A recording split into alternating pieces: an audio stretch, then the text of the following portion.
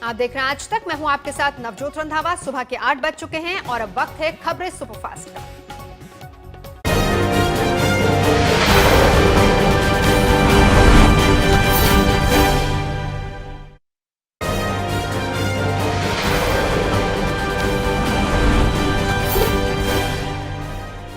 Sushant Singh Rajput case की जांच को लेकर आज सुप्रीम कोर्ट में फैसला आना है। रिया ने बिहार से केस मुंबई ट्रांसफर की मांग की थी, जिसे लेकर पिछले हफ्ते 5 पक्षों ने हलफनामा दाखिल किया था और सुप्रीम कोर्ट ने फैसला सुरक्षित कर लिया था।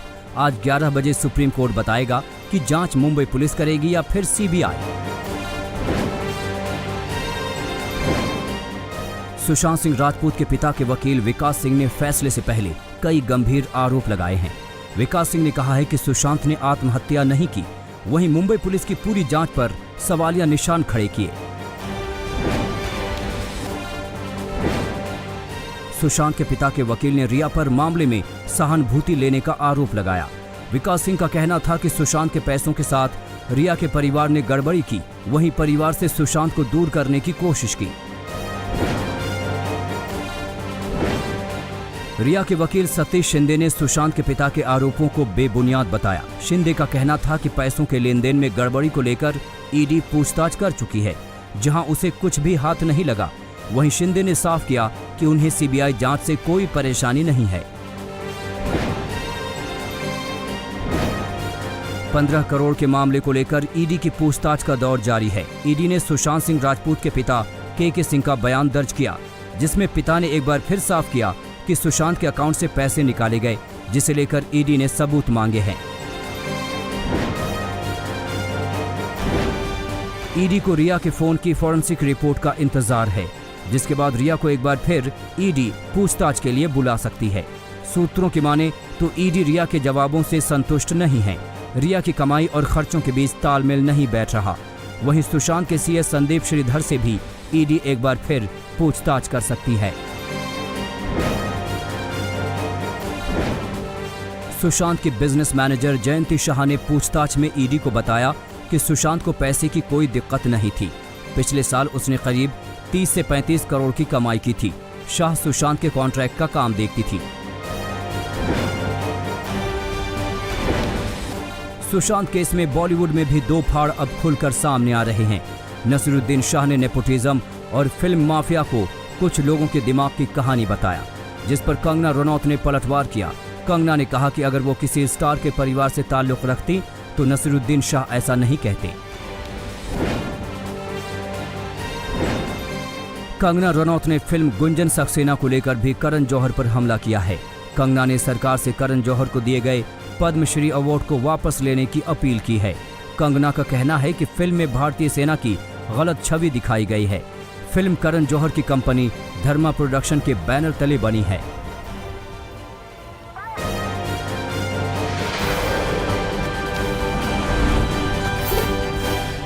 पहाड़ों में हो रही मूसलाधार बारिश जीते जी जंजाल बनी हुई है, तो मरने के बाद भी सुकून से विदा नहीं होने दे रही। पौड़ी गढ़वाल में एक पहाड़ी नदी के किनारे चिता को जलाया जा रहा था। नदी एकदम सूखी थी, लेकिन अचानक सैलाब आया और चिता को बहा ले गया। अंतिम संस्कार में शामिल होने आए लोगों ने भागकर जान बचाई। मध्य प्रदेश में भी 2 दिनों से मूसलाधार बारिश हो रही है। जबलपुर का बरगी बांध लबालब भर गया है, लेकिन मौसम का मिजाज देखते हुए प्रशासन ने बरगी बांध के 13 गेट खोल दिए हैं। बरगी बांध की पूर्ण भराव क्षमता 422.76 मीटर है, जबकि मंगलवार शाम तक बांध का जलस्तर 421.5 मीटर तक पहुंच गया है। ऐसी सूरत में रानी अवंती बाई सागर परियोजना प्रशासन ने बांध के गेट खोलकर पानी को नर्मदा में छोड़ने का फैसला किया है।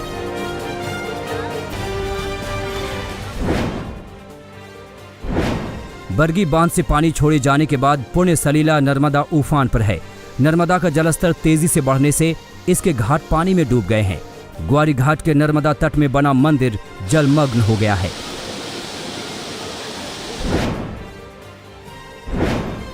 मध्य प्रदेश के अनूपपुर जिले में टीपान नदी में अचानक उफान आ गया। कैचमेंट एरिया में भारी बारिश के चलते नदी में बहाव तेज हो गया। इसमें 2 ग्रामीण नदी के बीच एक चट्टान में फंस गए। स्थानीय लोगों ने प्रशासन को खबर दी। 5 घंटे के कड़े संघर्ष के बाद दोनों ग्रामीणों को नदी से रेस्क्यू किया गया।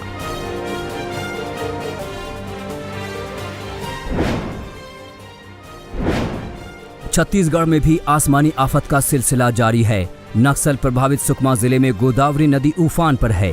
प्रशासन ने चेतावनी जारी करते हुए पुल के ऊपर से बह रही नदी को पार करने पर रोक लगा दी है। इसके बावजूद एक ट्रक ड्राइवर ने पुल पार करने की कोशिश की और बीच पुल में ट्रक बंद हो गया। देखते ही देखते आधा ट्रक नदी के पानी में डूब गया। स्थानीय मल्लाहों ने नाव की मदद से ट्रक ड्राइवर और 10 ग्रामीणों को बाहर निकाला।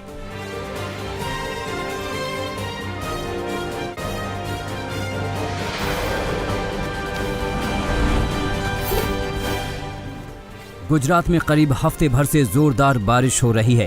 पहले सूरत शहर पानी पानी था, अब कवि नदी के उफान पर आने से ग्रामीण इलाकों में मुसीबत बढ़ गई है। प्रशासन ने मांगरोल तहसील के 20 गांवों को अलर्ट किया है। नदी का पानी पुल के ऊपर से बहने लगा है। जिस तरीके से मौसम विभाग ने अगले 3 दिन मूसलाधार बारिश की चेतावनी दी है, उससे इन इलाकों में बाढ़ का खतरा और बढ़ गया है।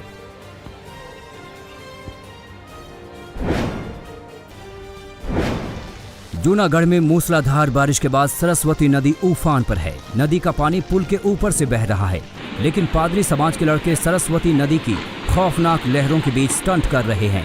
इस साल गुजरात में बाढ़ से 98 लोगों की मौत हो चुकी है। ऐसे में इन लड़कों की लापरवाही बड़े हादसे की वजह बन सकती है।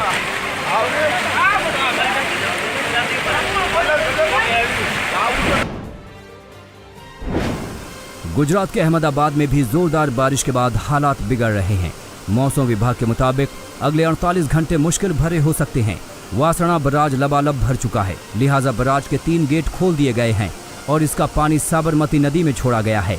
राज्य में करीब 168 तहसील बाढ़ से प्रभावित हैं।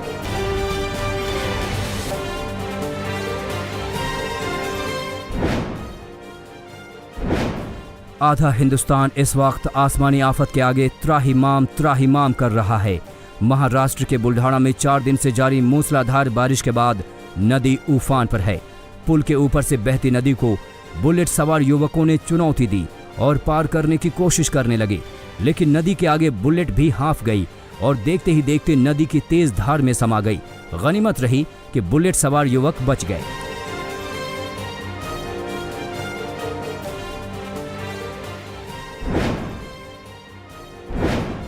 यूपी के बुलंदशहर में गंगा नदी का कहर इस गोदाम पर टूटा।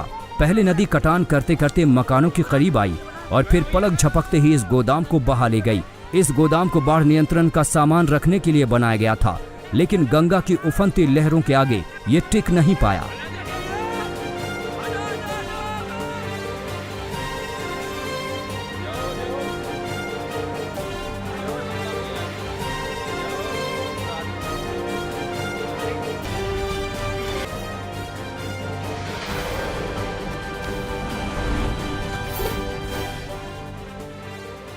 मध्य प्रदेश के शिवपुर में एक परिवार नदी की तेज धार में फंस गया। बताया जा रहा है कि यह परिवार अमराल नदी के बीच पिकनिक मना रहा था। तभी नदी में अचानक पानी बढ़ने लगा। आसपास बैठे लोगों ने अलर्ट किया, तब तक देर हो चुकी थी। नदी से निकलते वक्त 2 युवक लहरों में बह गए।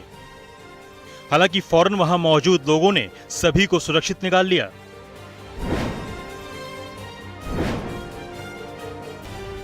महाराष्ट्र के हिंगोली में लगातार बारिश की वजह से मुख्य बांध लबालब भर गए हैं। ये तस्वीर सिद्धेश्वर बांध की है, जिसमें 5 साल बाद इतना पानी भरा है। हालात ये हो गए हैं कि बांध के 14 गेट खोलने पड़े। इससे 60,000 क्यूसेक पानी पूर्णा नदी में छोड़ा जा रहा है। पानी छोड़े जाने के बाद पूर्णा नदी उफान पर है। नदी के किनारे बसे 22 गांवों को अलर्ट कर दिया गया है।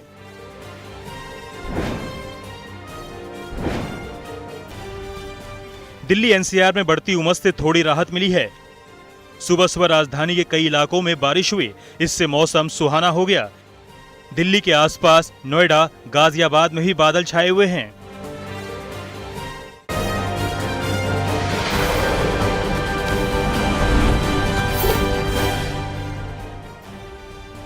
दिल्ली में ड्यूटी के दौरान कोरोना वायरस की चपेट में आए पुलिस के जवान स्वस्थ होकर बाकी लोगों की जान बचाने के लिए आगे आ रहे हैं। मंगलवार को करीब 150 पुलिसकर्मियों ने प्लाज्मा डोनेट करने के लिए एलएनजेपी अस्पताल में रजिस्ट्रेशन कराया। ये सभी पुलिसकर्मी दोबारा ड्यूटी पर लौट चुके हैं। इनमें महिला पुलिसकर्मी भी शामिल हैं। एलएनजेपी अस्पताल में जुलाई के महीने में प्लाज्मा बैंक की शुरुआत हुई थी। इसके लिए अलग वार्ड भी तैयार किया गया है।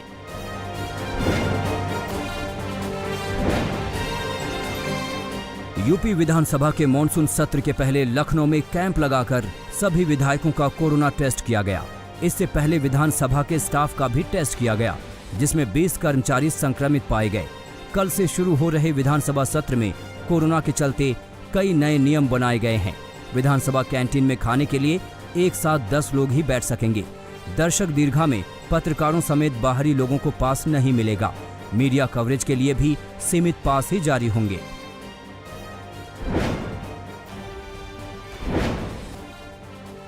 पुणे में सीरो सर्वे के चौंकाने वाले नतीजे आए हैं। सर्वे के मुताबिक पुणे के 5 सबसे ज्यादा संक्रमण वाले इलाकों के 51% लोगों में कोरोना के प्रति एंटीबॉडी पाई गई है, यानी ये सभी लोग कभी न कभी कोरोना से संक्रमित हो चुके हैं। पुणे की 4 रिसर्च एजेंसियों ने करीब 1600 लोगों के ब्लड सैंपल की जांच से ये नतीजे निकाले हैं। हालांकि एजेंसियों का कहना है कि सर्वे का ये मतलब कतई नहीं है कि जिन लोगों के शरीर में कोरोना के प्रति एंटीबॉडी तैयार हो गई है वो लोग अब कोरोना से 100% सुरक्षित हैं।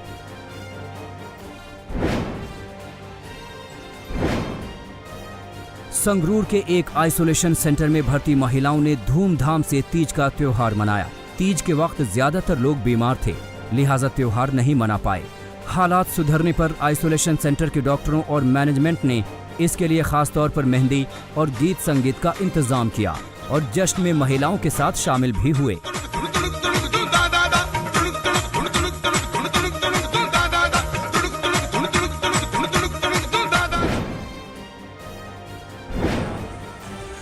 जो कर रहे हैं कोरोना की हॉस्पिटल में। मंदसौर के कोविड सेंटर से भी मरीजों के डांस की तस्वीर वायरल हो रही है। स्वस्थ हुए लोगों ने घर जाने से पहले अस्पताल में जमकर डांस किया और इनके साथ बाकी मरीज भी थिरके। लोगों ने डॉक्टरों के पैर छूकर इलाज के लिए उन्हें धन्यवाद भी दिया।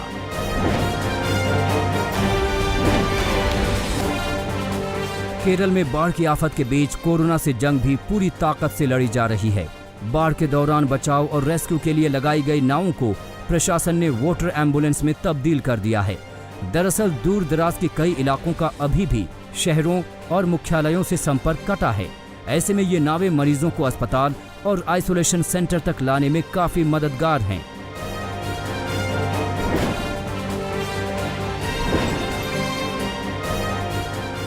बारामूला में करीब 36 घंटे चले एनकाउंटर के बाद एक और आतंकी ढेर हो गया।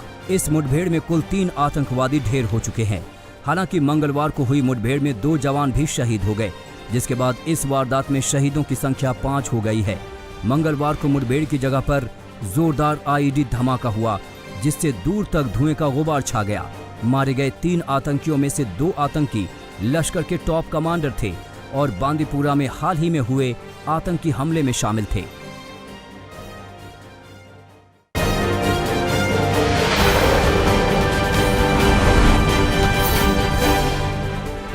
मध्य प्रदेश के उच्च शिक्षा मंत्री मोहन यादव भी कोरोना संक्रमित हो गए हैं। उन्हें इंदौर के अरबिंदो अस्पताल में भर्ती कराया गया है। सोमवार को ही ज्योतिरादित्य सिंधिया जब उज्जैन दौरे पर पहुंचे थे तो मोहन यादव से मुलाकात की थी।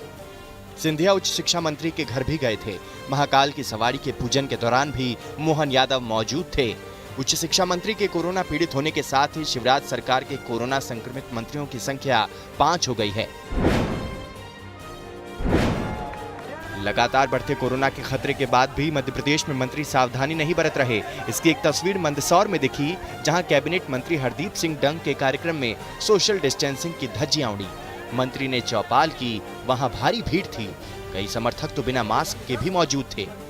हरदीप सिंह डंग अपने चुनावी क्षेत्र में पहुंचे थे। सुवासरा विधानसभा सीट से ही पहले वे कांग्रेस के टिकट पर विधायक चुने गए थे, अब बीजेपी में शामिल हो चुके हैं। कोरोना संकट के बीच दिल्ली मेट्रो के कर्मचारियों के वेतन कटौती का फैसला डीएमआरसी ने लिया है। सैलरी काटने का फरमान जारी हो चुका है, जिसके मुताबिक अगस्त महीने से ही कर्मचारियों को मिलने वाली सुविधाएं और भत्ते यानी पर्क्स एंड अलाउंसेस में 50% की कटौती की जाएगी।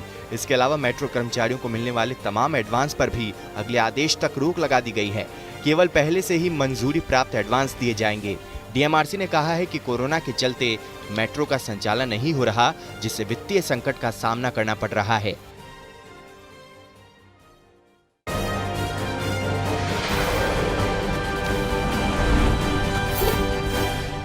अलीगढ़ के देहली थाना इलाके में बीजेपी की महिला मोर्चा की नेता ने कुछ लोगों के खिलाफ जिंदा जलाकर मारने की धमकी देने का केस दर्ज कराया है। अराजक तत्वों ने उनके पोस्टर भी शहर के कई इलाकों में चिपकाए हैं। उन्हें इस्लाम से बेदखल करने की धमकी भी दी गई है। दरअसल कुछ कट्टरपंथी इस बात से नाराज हैं कि मुस्लिम महिला ने राम मंदिर भूमि पूजन के दिन आरती और पूजा पाठ में हिस्सा लिया था।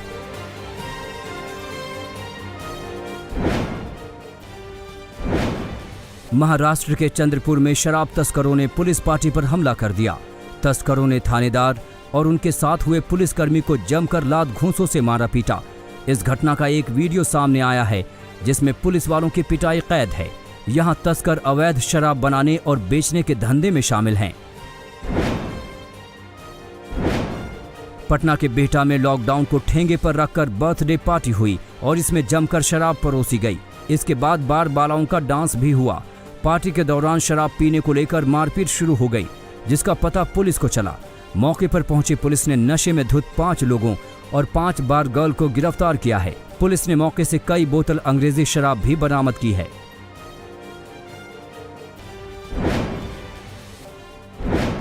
भोपाल में भी लोगों ने लॉकडाउन की धज्जियां उड़ाते हुए पूल पार्टी की। शहर में रात का कर्फ्यू लागू होने के बाद भी लोगों ने पार्टी में जमकर शराब पी और पूल में धमाल किया।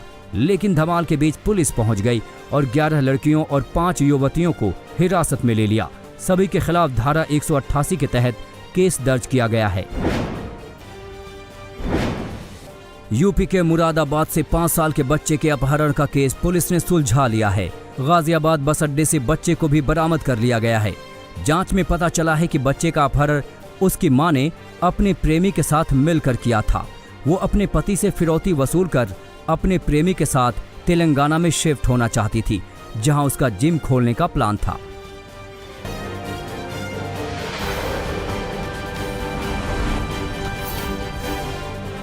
दिल्ली के मंगोलपुरी में नाबालिग लड़कियों के गायब होने से नाराज लोगों ने एक महिला की जमकर पिटाई की। लोगों को शक है कि लड़कियों के गायब करने के पीछे महिला का हाथ है। पुलिस ने मौके पर पहुंचकर महिला को भीड़ से बचाया और कानून हाथ में लेकर पिटाई करने वालों के खिलाफ केस दर्ज किया है।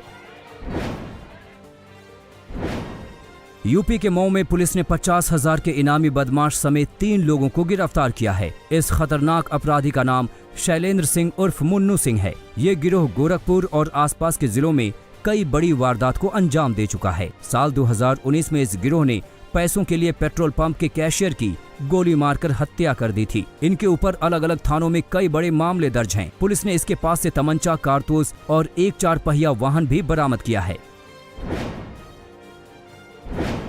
कानपुर पुलिस ने गांजा तस्करों के खिलाफ छापेमारी करते हुए 4 तस्करों को गिरफ्तार किया है। इनमें 2 महिला तस्कर भी शामिल हैं। इनके कब्जे से 51 किलो गांजा बरामद किया गया है। पुलिस ने इसके पास से 2 लाख नकदी और 10 कारतूस भी बरामद किए हैं।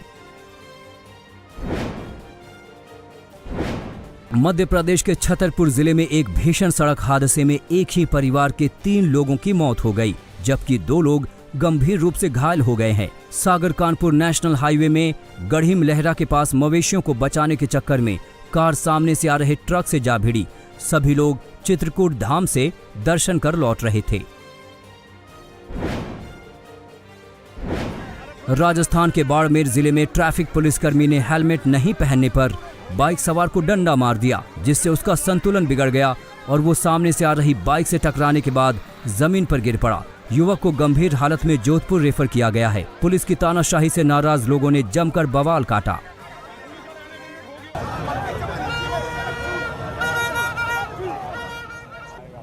अफ्रीकी देश माली में सेना का विद्रोह लगातार जारी है। राष्ट्रपति प्रधानमंत्री को हिरासत में लिया गया है। राजधानी बमाको के पास सैनिक कैंप में फायरिंग की गई और इसके साथ ही साथ सरकारी इमारतों में भी आगजनी हुई। कई दिनों से फौज में आक्रोश की आग सुलग रही थी और आखिरकार सैनिकों ने सरकार पर गुस्सा निकाल दिया। आखिरकार देश के राष्ट्रपति को पद छोड़ना ही पड़ा। महीनों से देश में कट्टर आतंकवादियों का प्रभाव बढ़ रहा था और वो सरकार से लेकर राष्ट्रपति को हटाने तक की मांग में जुटे हुए थे। आखिरकार सरकार को सरेंडर करना ही पड़ा।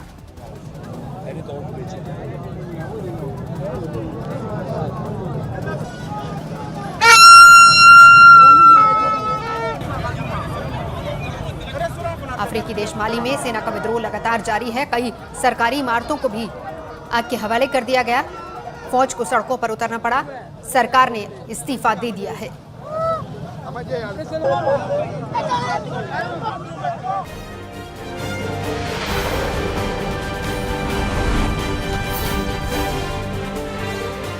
अमेरिकी राष्ट्रपति डोनाल्ड ट्रंप ने पूर्व राष्ट्रपति बराक ओबामा की पत्नी मिशेल ओबामा पर पलटवार किया है।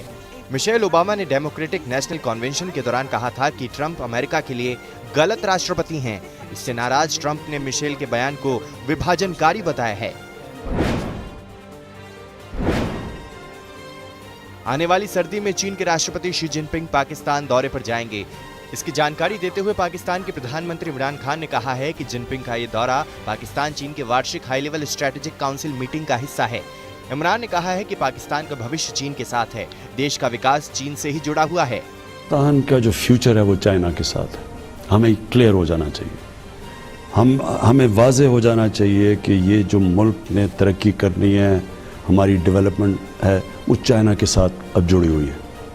और हमारी बड़ी खुशकिस्मती है कि वो एक हमारा ऐसा दोस्त है जो हमारे हर अच्छे बुरे वक्त में पॉलिटिकली खड़ा रहे।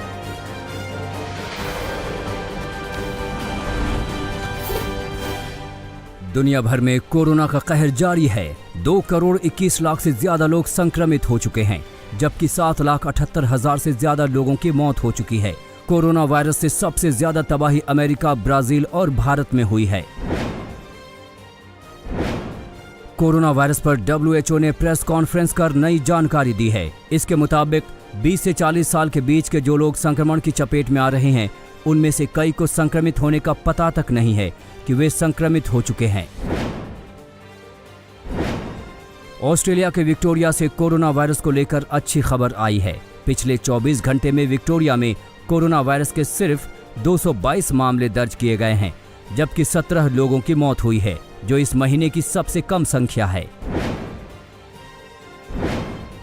अमेरिकी राष्ट्रपति डोनाल्ड ट्रंप ने उपराष्ट्रपति पद की उम्मीदवार कमला हैरिस पर फिर निशाना साधा है कि अगर चुनाव में बाइडेन जीतते हैं तो कमला हैरिस उनकी बॉस होंगी।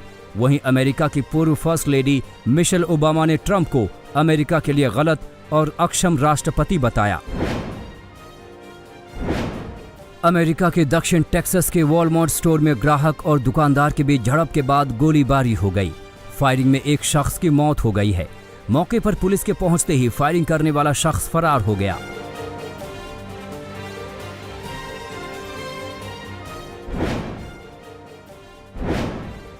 चुनाव में कथित धांधली को लेकर बेलारूस की सड़कों पर जोरदार प्रदर्शन जारी है। राजधानी मिन्स्क के अटलांटा कारखाने के बाहर हजारों की संख्या में प्रदर्शनकारी इकट्ठा हुए और राष्ट्रपति लुकाशेंको से इस्तीफे की मांग की।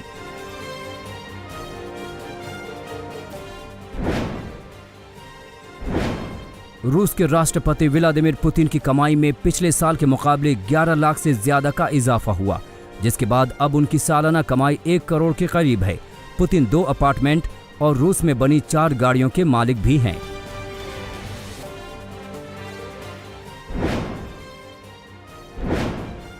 चीन और ऑस्ट्रेलिया के बीच वाइन को लेकर विवाद बढ़ गया है। चीन का कहना है कि ऑस्ट्रेलियाई उत्पादक जानबूझकर सस्ती वाइन बेच रहे हैं ताकि बाजार में उनका प्रभाव और बढ़े।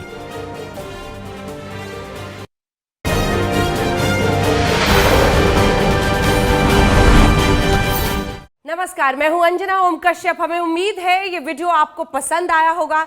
लेटेस्ट खबरों के लिए यूं ही देखते रहिए आज तक और इस वीडियो के पसंद आने पर लाइक, शेयर एंड सब्सक्राइब करना ना भूलें।